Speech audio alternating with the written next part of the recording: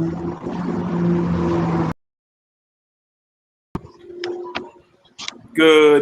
evening, viewers. Good evening, TV land. Good evening,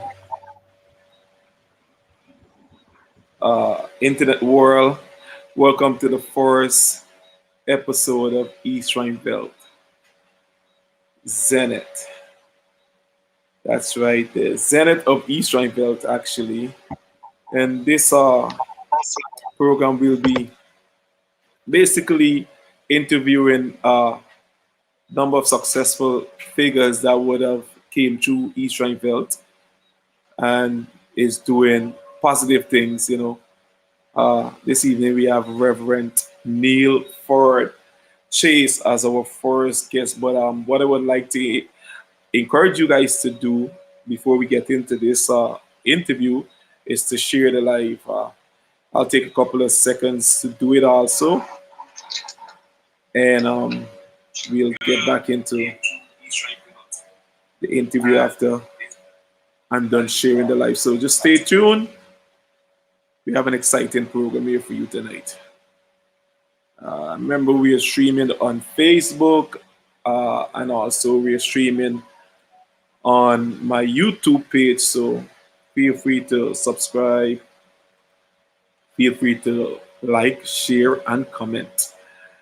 All right, so let me share these. 1 second.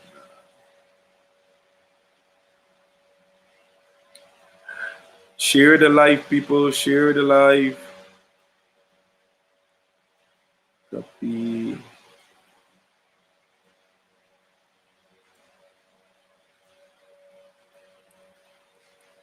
Share up the live, people. Share up the live.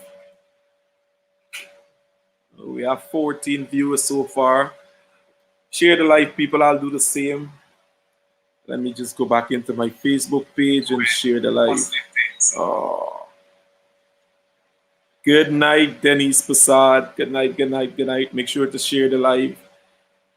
Share to a group. Let me just share these here to some groups.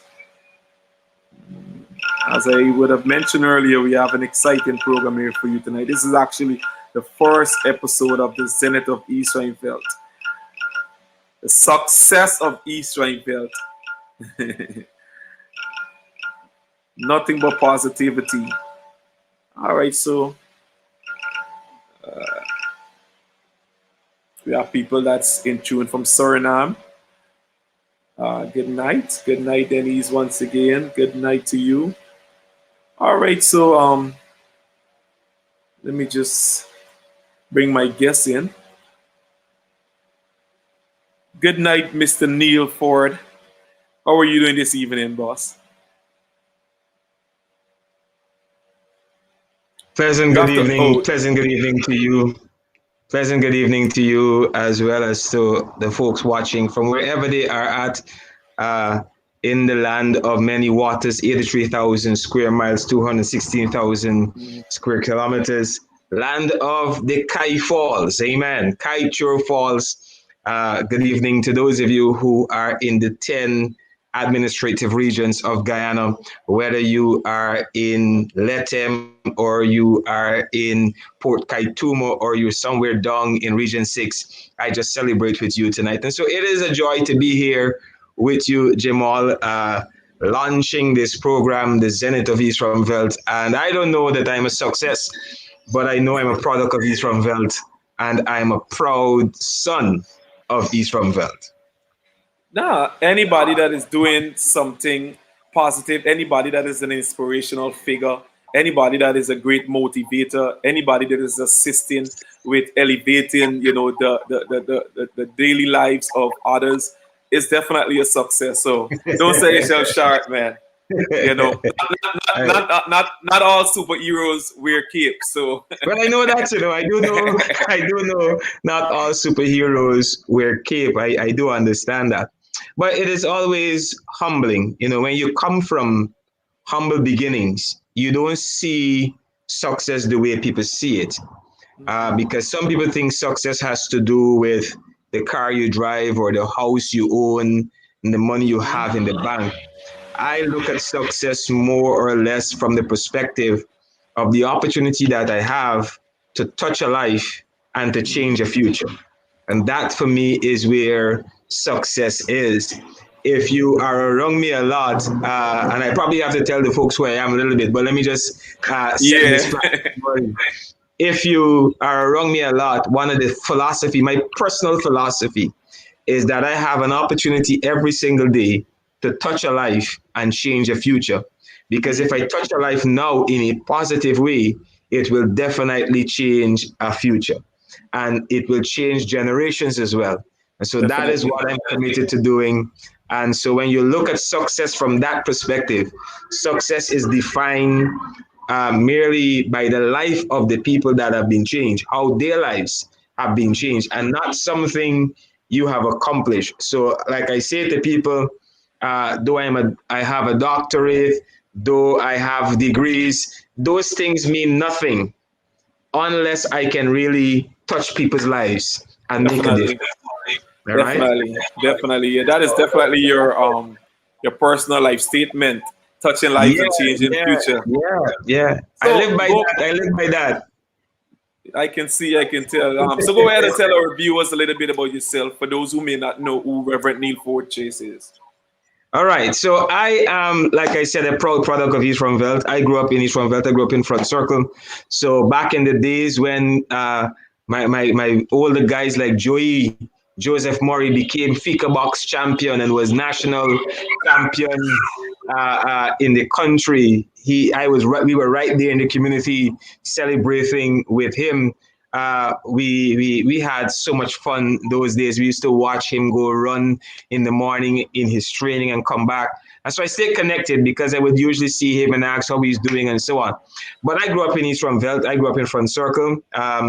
For those of you who know, Front Circle is just a few doors away from where the barber Dilly is right now, Really? where he's working from, just a few doors away from there. And so Dilly and I and a number of others grew up in the community. Most of us, I think, would have uh, moved out of the area. Mark Scott, I'm calling his name Mark Scott, the guy who rides and sells pastries. Righty then! Mm-hmm. We all grew up together. We played in the same circle. You know, lots of people now going from circle and they got a nice smooth patch to play Road. on. Mm-hmm. We were playing in that place when it had bricks pointing up in the on the road. You know, we were playing basketball in that place and playing cricket in that place when it wasn't smooth. You know, Mm-hmm. and you're running in and you're bowling and you're playing basketball and playing football and You kicking know, out your not to cut you, but I was just telling my younger cousin, because back in the days when we was growing up, you would see your toe would bust out, you would got bruise yeah, on your knees. I was looking at his skin, I was like, you don't even you're not even growing. You're not even enjoying your childhood. You don't got no bruise on your knee. You don't got no bust toe. You don't got no cut on your foot bottom. Growing up, as you would have mentioned, we was playing on those bricks that was sticking up. yeah, Your skin yeah. used to be bruised, and it was crazy. Now it's all smooth roads and stuff like that. I understand that you grew up in a single parent household also. Yeah, yeah. Well, my mother was a single parent, and again, if you are from East Ruimveldt, that's kind of a normal thing And in East normal stuff, Ruimveldt. yeah. Not that we celebrate it, but it is part of the norm. And I have, along with myself, uh, four other siblings. One died. Most people would know that one as well. My brother immediately after me, Nielsen, who everybody knows, fine man in East Ruimveldt, he died. And then we have two others. My youngest brother still lives in East Ruimveldt along with his wife. And so we grew up in the community. I left the community when I got married. That Okay. is when I left East Ruimveldt, not before when I got married. But I still stay connected to the community because my mother still lives there, my family still lives there, and East Ruimveldt is always close to my heart. Queenie will tell you that, as a matter of fact, I've got new brothers as well because my brother UC, big up to Empire Media Inc. Mm-hmm. Mm-hmm. Right? That's my good brother. Big up to Surex. You know, all the guys who I still connect with and share with because we are all products of East Ruimveldt. And one of the good things about that is we've never walked away from that identity. We've never walked away from that reality. So yes, I grew up in East Ruimveldt. Back in the day, my mother used to sell pone. She used to sell plantain chips. She used to sell bread. We used to sell icicles. So my mother did what she needed to do to ensure that her children would have had a good life, and learn from the experiences. So we did all of that. I was reminding the church on Sunday, because I was preaching and reminding the church on Sunday. I said, I have a big mark on my leg, and you were talking about kicking out your foot and kicking out your toenails. Again, if you're growing up in East Ruimveldt, you know what it is to break a window and then everybody disappear. Yeah, By the indeed. time Miss Winter or somebody look out the house, all they see is the wickets And the standing bats. there and the Oh, bats no, sometimes. no, sometimes you run with the bat. You don't let the bat. Can the And wickets is normally be a rush being cover. right. So usually you gotta say, oh, but did you see this one playing cricket? We've Yeah. done that. We've done that. We've jumped some yards and stole some stuff. All of that was part of our experiences. But more than that, it shaped me as a person. It really shaped me as a person, and it helped me to understand that I had an opportunity in life to make something of it, and I wanted to make something of my life. Um, yes, so let me share this, because I'm remembering this as we talk. One of our church members today was saying, "Who played Saul Out?" And I said, Mm. "Listen, I had a lot of that, because on that same place where we are now, like I said, now smooth and nice, we Mm-hmm. played Saul Out on that broke up road again." Running and fall down, bruise up your knee. I know what it is to push my hand in the gutter, pull out a tar, and then go down by Miss Zenith and buy syrup and push the same dirty hand in Any the sir. syrup. I know that. I know what it is to do all of that, because East Ruimveldt has allowed me to have that real part and that realness to life and for living. And that came from East Ruimveldt. You just mentioned that even though you're out of East Rhineville, you never really uh moved away from representing East Rhineville and letting people know that you're actually from East Rhineville. I was watching this video by Jay-Z. He was rapping and he was like, he came out of the hood mentally, even though he's still in the hood physically. And when Mm-hmm. you said that, I went straight back to that quote. Because with me, I just be in East Rhineville every single day. But people don't believe that I'm from East Rhineville because mentally I came out of East Rhineville, even though I'm still in there physically. Mm-hmm. So Mm-hmm. that took me right back to what you were saying. Sure. So I was growing up in East Rhineville with from a single mother household affect your lifehood, man. I like that question, because here's the reality. Here's the reality.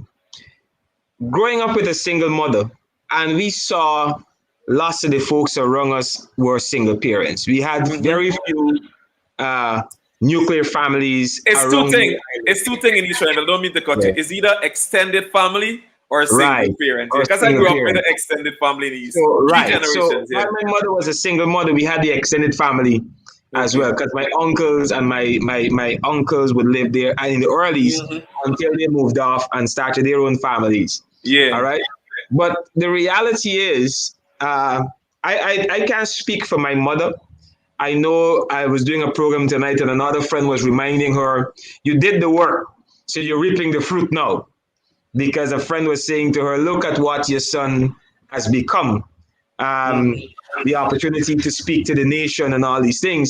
But she put in the work. She put in the work. And I will say this to people: as a single mother in East Ruimveldt, don't ever lose sight of what is important to you and your children.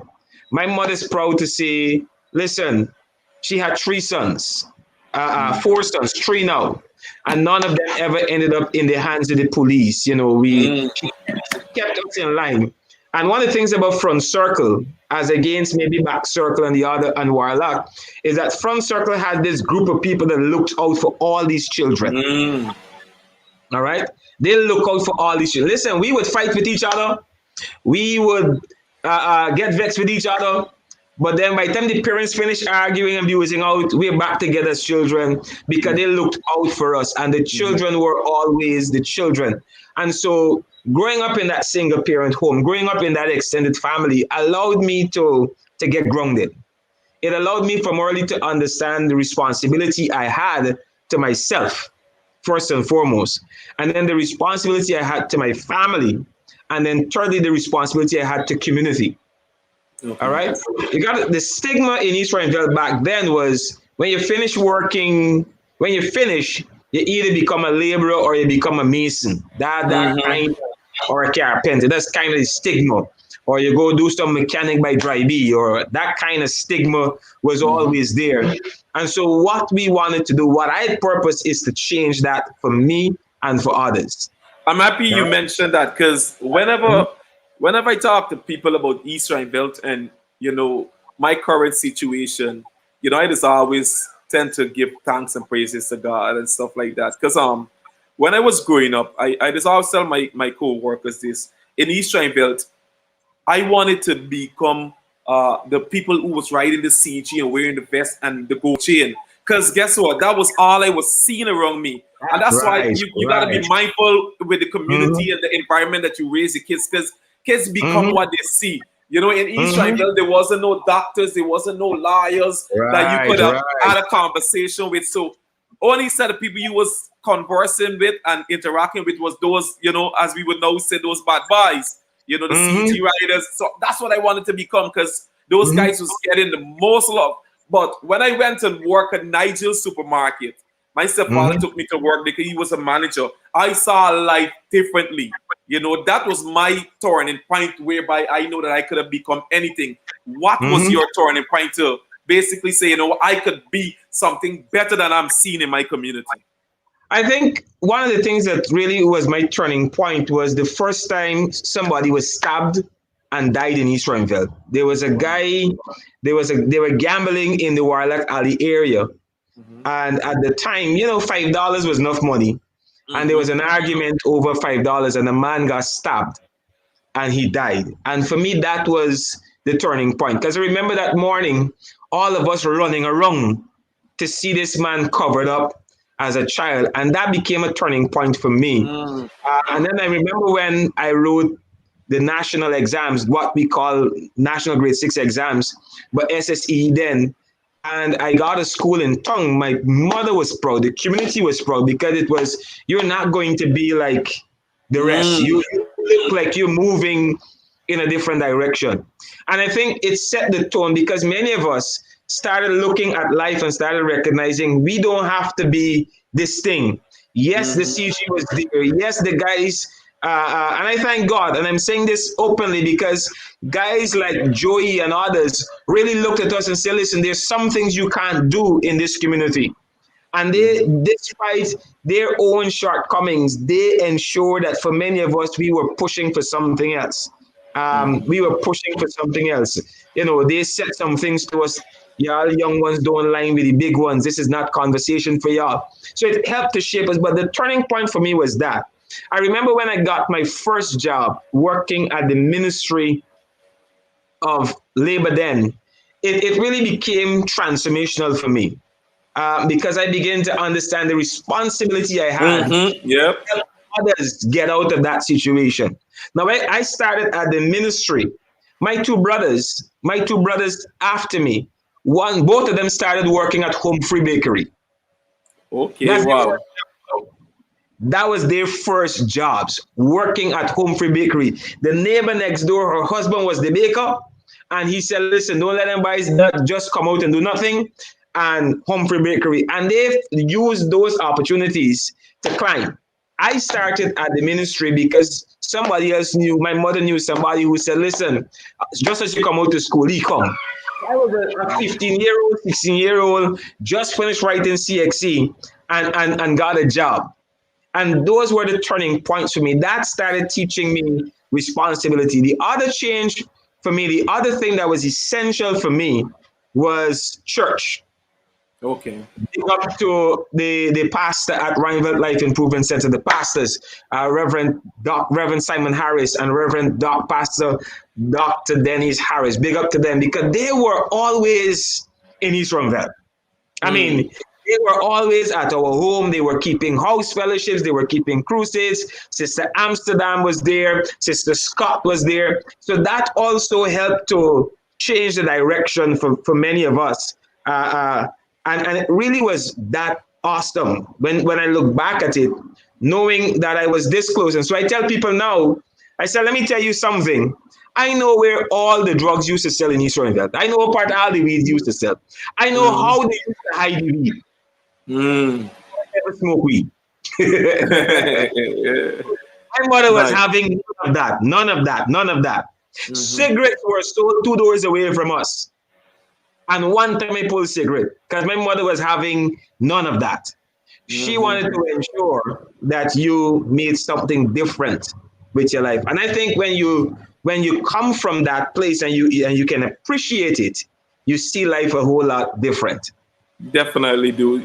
You've worked in the mining industry and also in the farming industry, if I'm correct. Tell us a little bit about those experiences, man.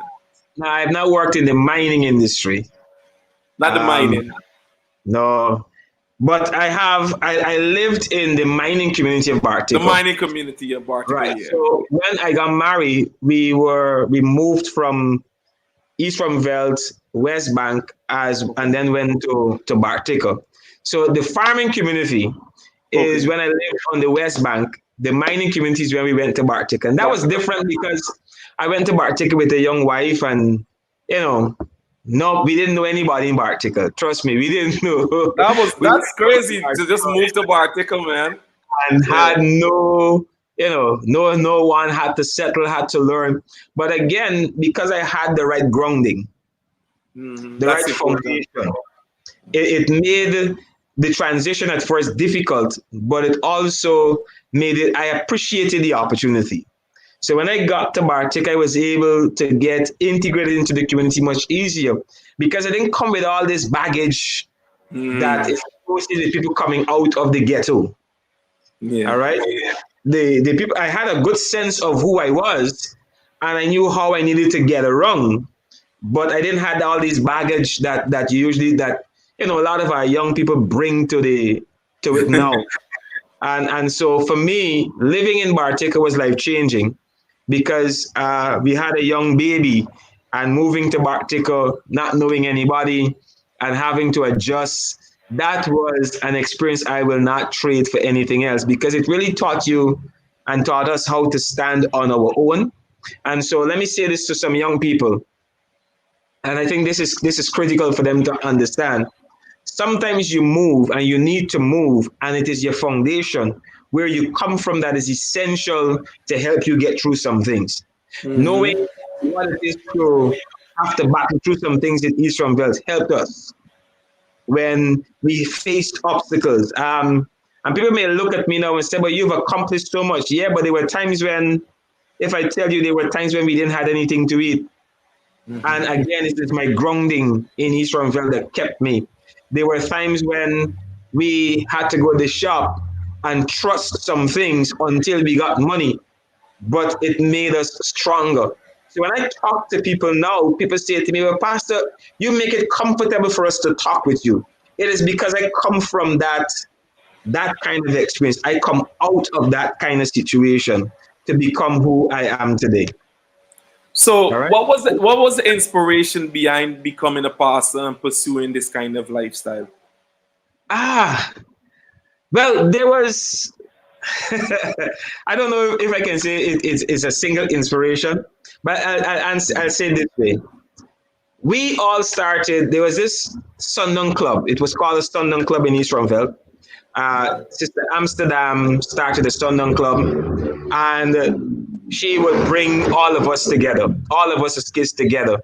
So Melissa would have to come from Mango Lane, all of us from Circle. Leon came from down the road. So we all met in her yard for Sundown Club. And I think that was the catalyst for the change. That was responsible for the first connecting with this is something I want to do with my life.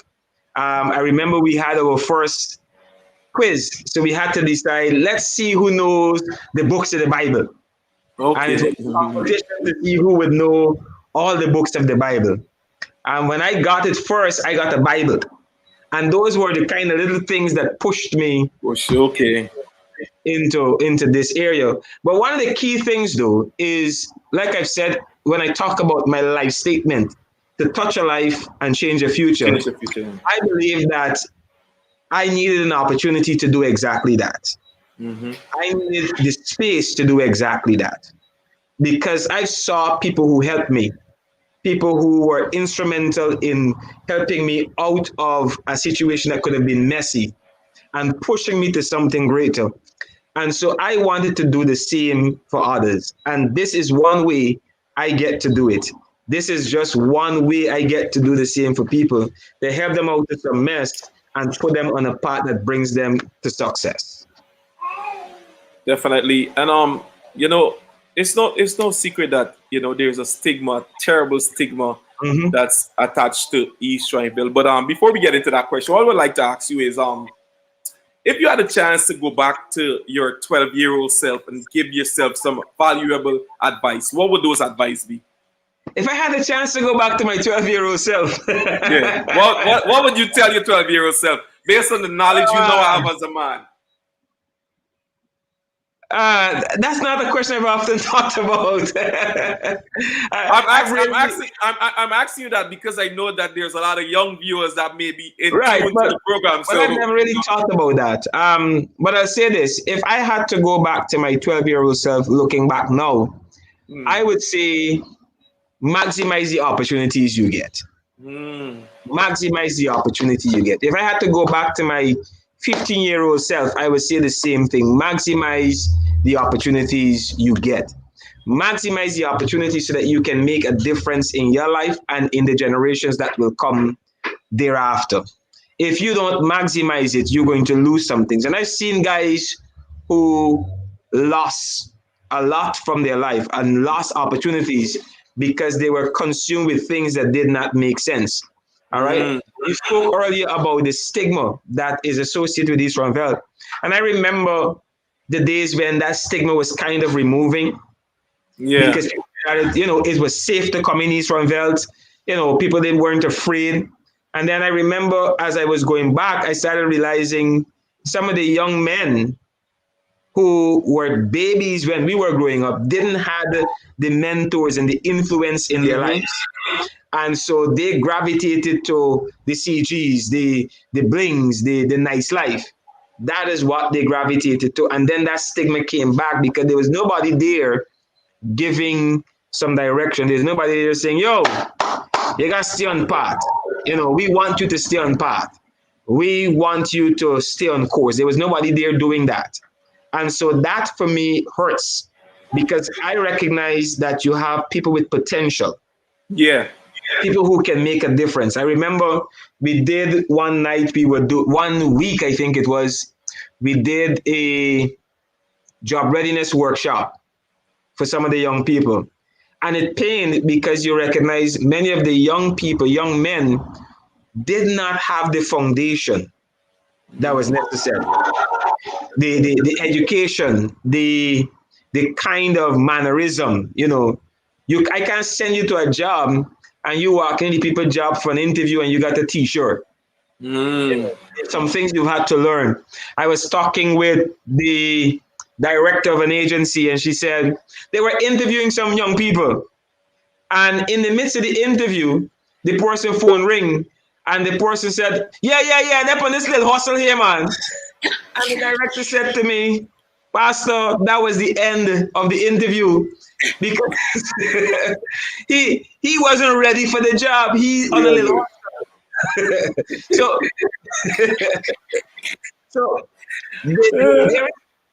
there is a need in for people to step up and to give leadership, to give mentorship to some of our young ones. And so kudos to Queenie because I know she's pushing hard and she's fighting hard and she's fighting against the very people who need the help because they don't know that they need the help. Listen to me. That was gonna be my next point because a couple weeks ago, I decided because I'm a little well known in the entertainment industry here, and I know a few people. I'm currently the manager for Channel 9, HBTV Okay. channel 9. So Mhm. I know a few people, and a lot of persons was reaching out to me to manage them because they're musicians and entertainers and stuff like that. So I was like, instead of going out and managing these people, let me go and try to scout some talents from East Ruimveldt and give Mhm. them a break. Because one thing I've learned in Guyana is that people support who they know. That's People that right. support who they No, know. It doesn't matter what no, talent you got. If no they wonder know Baby you, Kelly is such a hit. yeah, good. So I went and we formed a team and then we recorded about 2 songs and then as the manager of the group, you know I was thinking that I could, guide these guys. But then let me tell you, everybody feel like they know something.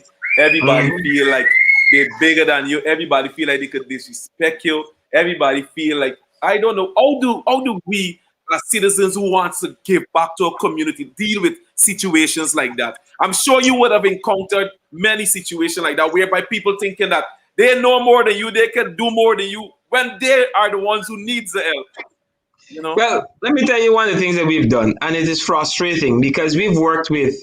I pastor a church in North Ruimveldt. The church I pastor is in North Ruimveldt, and so, like I said, I'm never far from East Ruimveldt. There's one. I use the program I do on television to talk about East Ruimveldt on Saturdays when I have the opportunity to do that. So I'm never far from East Ruimveldt, and I want to celebrate those folks who they're locked into the programs that I do from East Ruimveldt. I celebrate them. But here's the reality, because we were working as a church with some parents the other day, about a year ago. And one of the sad part is you know that they need help. You know that they need help, but they themselves don't know that they need help. And that is where it becomes difficult. And you can't help a person if that person don't know that they need help. It's like this. If I grew up in a prison with bars around me, after a while those bars are normalized. It become That's mental. why right. That's why the man who goes to prison and he spends a long time, as soon as he comes out, you're trying to figure out, but why you go snatch a bag again, brother? And he Mm. goes right back to prison because that is his place of function. He's normalized in that place. He's king in that place. And that is what has happened to many people, even in East Ruimveldt. You've gotten so accustomed to the stigma, you've gotten so accustomed to the limitations in which you exist, that even when you try to say there is a better way, there is a greater opportunity for you, they don't know how to respond to that. And so, what do we have to do? We have to stick with it. Those of us who are going to be mentors, those of us who are going to be examples, those of us who uh, uh, have made a way, you have to stick with it. You have to keep saying some things. You have to keep doing some things. There are times when you're going to be discouraged. I've been discouraged. I have been Mm-hmm. frustrated. But then you still have to get up and recognize I'm not doing this for me. I'm doing this to help somebody else. You also have to focus on the ones you can influence. Mm-hmm. Focus on the ones you can influence. I don't know that I can come into a community and influence everybody, but I may be able to influence 10 people. Mm-hmm. And I focus on that 10. And if I can influence that 10, it means 10 families will not go through what we went through. And that's how change takes place. All right. When Sister Amsterdam and the others started those Sundown clubs, it was the same idea. It was to bring that kind of influence to the community. Now, did everybody that went to that Sunday club become pastors? No. Did everybody become Christians? No. But they were able to influence some of us to the extent that we are able to walk this road and walk this path and be an example to others. I hate to think that if it wasn't for them, what I would have become. I remember one time, Mm-hmm. my mother's on this life. My mother's on this life right now. I remember one time we were having, my mother and my grandmother, my late grandmother, was having a conversation about me and talking about what I would have become and what I would have done. And I said to them, I said, listen, let me be straight with you. If it wasn't for church, you probably done had two little grandchildren running around here already and come with. Because this is the environment in which you were shaped. But somebody decided, listen, we are going to step up and we are going to be an influence in your life. It was not easy for them, but they stuck with it. And they didn't get everybody, they got a few. And that few became agents of change. And that is what we need to see happening in East Ruimveldt, where the few become agents of change. Let me talk about the Giving Back family here. Let me talk about what Queen is doing. The more support she gets from the few, the greater the impact. Let me say that.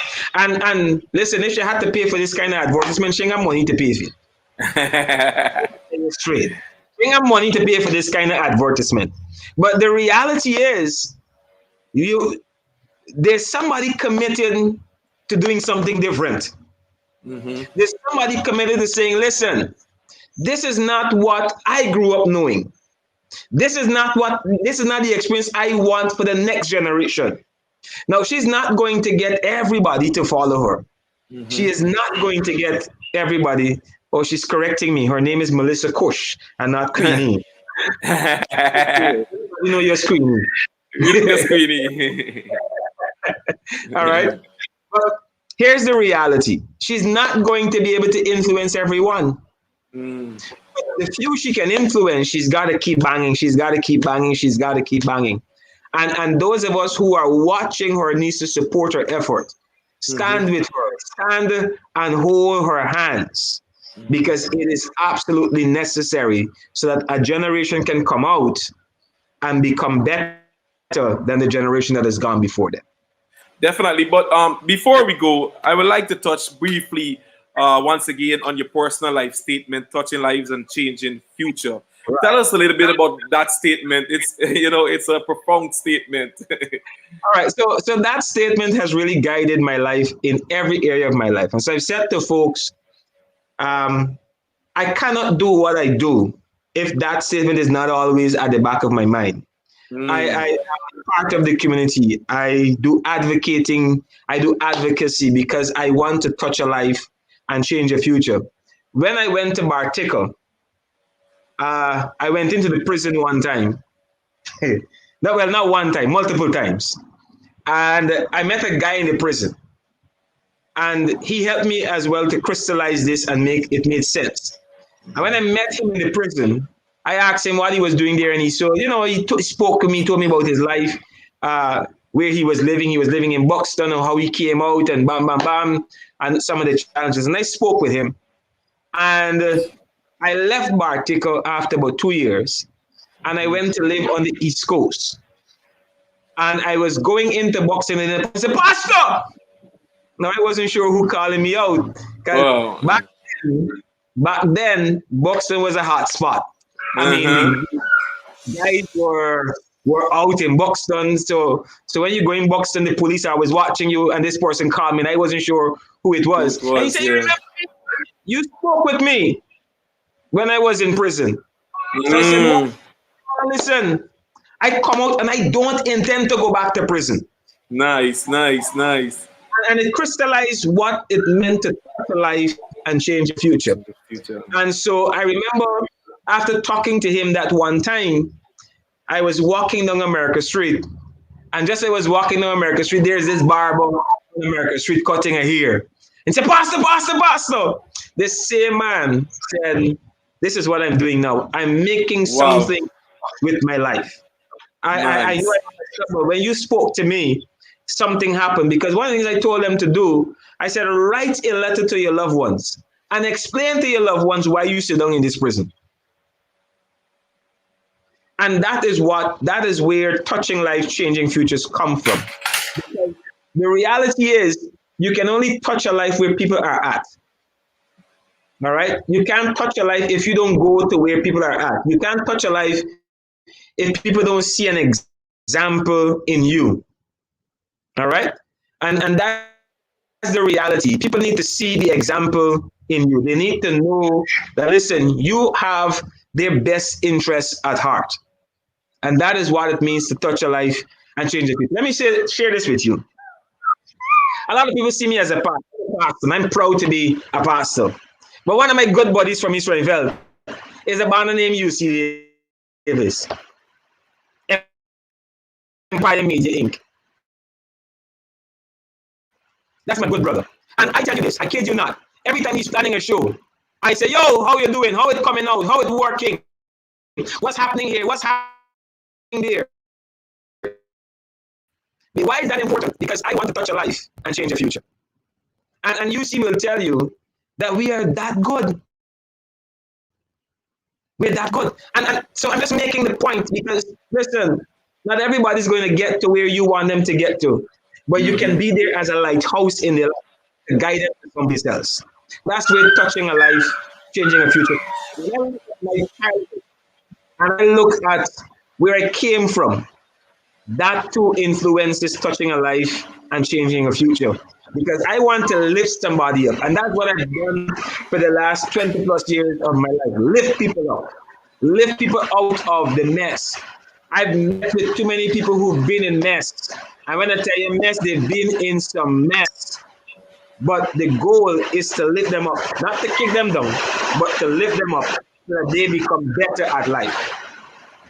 Definitely. And you know what they say, whenever you're having fun, the time does always fly. We are already 11 minutes over the proposed time that we were supposed to go. But before we go, you want to let the viewers know where they can find you. You know, you want to leave any last words and stuff like that? All right. So part of my thing is this. I want to, and I've worked with Queenie before. I want to continue doing that. Leon is on this as well. Leon has a group on Facebook, East Ruimveldt Community Group, that he's now opened a mentoring section on that page. I signed up for it because one of the things I want to do is to use my time to impact a life in East Ruimveldt. I pastor in the Ruimveldt community. I pastor the church I pastor. But if anybody wants to hit me up, I'm on Facebook. I have the YouTube channel. I'm on Facebook practically every day. That's part of the ministry. But there is, and I want to, if there's nothing else I can say to people tonight, and I want to say this, you can change what people see about you. It is up to the people in East Ruimveldt to change the definition of East Ruimveldt. Not up to somebody from outside to change that definition. It is up to the people in East Ruimveldt to change the definition of East Ruimveldt. Definitely. I had an opportunity to change it and had the opportunity to change it. Now that legacy must continue. We have Joseph Murray. Joseph Murray was figure box champion, world champion. Yep. Change the definition of East Ruimveldt. We've had national footballers. Dylan Fraser, national footballer, won football with clubs. Change the definition of East Ruimveldt. We've had artists like Roy Teal change the definition of East Ruimveldt with their art. And there are many others that we can call. You and I and the people of East Ruimveldt must be responsible for the change they want to see. There are those That's definitely correct. Who will hold your hand, who will help you. But it is up to you to say, we don't want this definition of East Ruimveldt anymore. We want a different one. Most definitely. As I would say to people, you got to become the solution you want. You know, don't just complain about the problem. Whatever solution you want, whatever reality you want, that's what you have to work towards getting. And on that note, I would like to personally thank you, Mr. Neilford Chase, for being a part of the first edition of the Zenith of East Ruimveldt. What a way to start this season. You know, you always got to put God in everything you do, and in everything you got to give God praises. So I'm actually happy that we actually started off the program this week, because you're actually the first pastor that I've ever interviewed. You know, I have my own personal shows and platforms and stuff like that. You're actually the first pastor. So when Queenie asked me to do this, you know, it was a no-brainer. It was a no-brainer that, you know, definitely had to do this. So it's For it's me a too. privilege, man. It's, It's a it's all, privilege. and I'm happy to serve my community in any way we can and in every way we can, because it is important for us to not just give back, but to ensure we lift the community. Though the young people have to stand on our shoulders, we stand on some others. And now some others must recognize that you have to stand, you have to go higher. You have to go higher than what was done before. So thank you for the Definitely. opportunity. Thank you to Melissa. Again, Melissa Kush. Yes, but you're definitely touching lives and changing future. Just keep up the good work, and you know, sky is the limit. thank On behalf of the Zenith of East Ruimveldt, I would like to say good night to all of our viewers that was locked in. Remember to like, share, and also comment, and also subscribe to the YouTube channel. Next week we'll have another program. I'm not sure who the guest will be, but I'll definitely be the host. So stay locked in, stay in tune for updates. It's your boy J.L. Adams, Mr. Neilford Chase. Thanks again. Good night. you. Blessings. Good night.